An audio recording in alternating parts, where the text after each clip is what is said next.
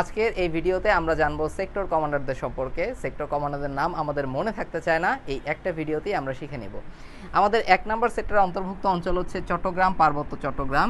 এখানকার সেক্টর কমান্ডারদের নাম আমরা মাথায় রাখবো জিরো দিয়ে। জি দিয়ে হচ্ছে জিয়াউর রহমান, জিয়াউর রহমান। আর র দিয়ে হচ্ছে রফিকুল ইসলাম। র দিয়ে কি? র দিয়ে হচ্ছে রফিকুল ইসলাম। মনে থাকবে না? আশা করি মনে থাকবে। 2 নম্বর সেক্টরের মধ্যে আমাদের রাজধানী ঢাকা আসে, তাই না? ঢাকায় যদি আমি একটা মানুষকে ডাকতে চাই, আমাদের হাক দিয়ে ডাকতে হবে, জোরে ডাকতে হবে। আমরা সহজে মাথায় রাখবো 2 নম্বর সেক্টরের সেক্টর কমান্ডারের নাম হচ্ছে হা এবং খা। হা খা। হা দিয়ে আমরা মনে রাখবো হায়দার, আর খা দিয়ে আমরা মনে রাখবো খালেদ মোশাররফ। খালেদ মোশাররফ। ক্লিয়ার? আচ্ছা, নেক্সটে আসি আমরা 3 নাম্বার সেক্টরে।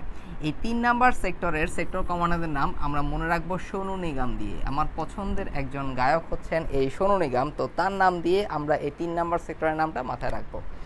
এই 3 নাম্বার সেক্টরের সেক্টর কমান্ডার ছিলেন কারা কারা? শফিউল্লাহ, শফিউল্লাহ এবং হচ্ছে নুরুজ্জামান, নুরুজ্জামান। ওকে, আচ্ছা, নেক্সটে আসি আমরা 4 নাম্বার সেক্টর। এই 4 নাম্বার সেক্টরের সেক্টর কমান্ডার ছিলেন সি আর দত্ত বা চিত্তরঞ্জন দত্ত। সো চিত্তরঞ্জনের চ আছে, 4-এর মধ্যেও চ আছে, খুবই সহজ আমাদের জন্য মনে রাখা। আচ্ছা, দেন আমরা আসি 5 নাম্বার সেক্টরে। এই 5 নাম্বার সেক্টরের সেক্টর কমান্ডার ছিলেন শওকত আলী, মীর শওকত আলী। আচ্ছা, মীর শওকত আলী। এটা একটু কষ্ট করে আমরা সহজেই মাথায় রাখতে পারি। 6 নাম্বার সেক্টর। তো আমি যখন ক্রিকেট দেখতাম শুরুর দিকে, তো বাসার ছক্কা মারতো, হাবিবুল বাসার। তো এই ছক্কা বাসার থেকে আমরা মনে রাখবো কি? 6 নাম্বার সেক্টরের সেক্টর কমান্ডার ছিলেন ছক্কা বাসার। মাথা থাকবে না? অবশ্যই থাকবে আশা করি। আচ্ছা, তো আমাদের বাকি থাকে আর কোনটা কোনটা? বাকি থাকে হচ্ছে 7, বাকি থাকে 8, 9, 10, 11।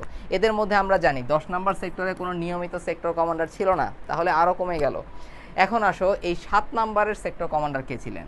এই 7 নাম্বার সেক্টরের সেক্টর কমান্ডার ছিলেন কাজী নুরুজ্জামান, কাজী নুরুজ্জামান। ওকে, আচ্ছা, তাহলে পরীক্ষায় যদি আমাদের অপশনে থাকে কাজী নুরুজ্জামান, তিনি কোন সেক্টরের সেক্টর কমান্ডার ছিলেন? উত্তর হবে হচ্ছে 7। তার সাথে আমাদের কনফিউশন হতে পারে কিন্তু এই সোনু নিগম মানে 3 নাম্বার সেক্টরের সেক্টর কমান্ডারদের নিয়ে। আমরা জানি 3 নাম্বার সেক্টরে ছিলেন শফিউল্লাহ এবং ছিলেন কে? এবং ছিলেন হচ্ছে নুরুজ্জামান। ওনার ফুল নেমটা হচ্ছে ANM নুরুজ্জামান। আর কাজী নুরুজ্জামান কোন সেক্টরে? তিনি 7 নাম্বার সেক্টরে কিন্তু সেক্টর কমান্ডার। আচ্ছা, 8 নাম্বার সেক্টরে আমাদের মনে রাখতে হবে 2 জনের নাম। আমরা এটা নেমোনিক দিয়ে মাথায় রাখতে পারি, ওরা 8 মন। তাহলে 8 নাম্বার সেক্টরের সেক্টর কমান্ডার হচ্ছে কারা কারা?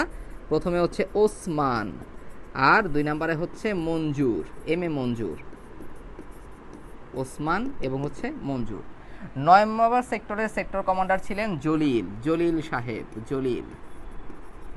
এটা এত বেশি ইম্পর্টেন্ট না। মেইনলি ইম্পর্টেন্ট কোনটা কোনটা? 1 নাম্বার সেক্টর, 2 নাম্বার, তারপর হচ্ছে 3 নাম্বার, 4 নাম্বার, নেক্সটে হচ্ছে আমাদের 8 নাম্বার। ওকে, আর একটা বাকি থাকে, সেটা হচ্ছে 11 নাম্বার। এই 11 নাম্বার সেক্টরের সেক্টর কমান্ডার ছিলেন কিন্তু আবু তাহের। তাকে নিয়ে লেখা একটা বই ছিল, ক্রাচের কর্নেল নামের একটা বই, ঠিক আছে? সেই আবু তাহের কিন্তু ছিলেন এই 11 নম্বর সেক্টরের সেক্টর কমান্ডার। এবং আমরা জানি যে 11 নম্বর সেক্টরের আওতাভুক্ত এরিয়া কোনগুলো ছিল? ময়মনসিংহ ছিল, টাঙ্গাইল ছিল, এগুলা। বুঝতে পারছেন? তাহলে এই ছিল আমাদের ছোট্ট করে একটা ভিডিও, এবং আশা করি আজকের ভিডিওর পরে তোমাদের সেক্টর কমান্ডারদের নিয়ে কখনো কোনো ধরনের কোনো কনফিউশনে পড়তে হবে না।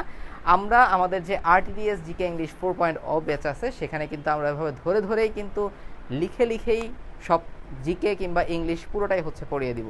এবং এই RTDS 4.0 জিকে ইংলিশ কোর্সে ভর্তি হলেই তুমি পেয়ে যাবা জিকে ইংলিশের কমপ্লিট বুক, যেটা পড়লে ইনশাল্লাহ আর কোনো টেনশন করতে হবে না। তো আর দেরি কেন, দ্রুত যুক্ত হয়ে যাও আমাদের সাথে। ডিসকাউন্ট কিন্তু খুব দ্রুতই শেষ হয়ে যাচ্ছে। আল্লাহ হাফেজ।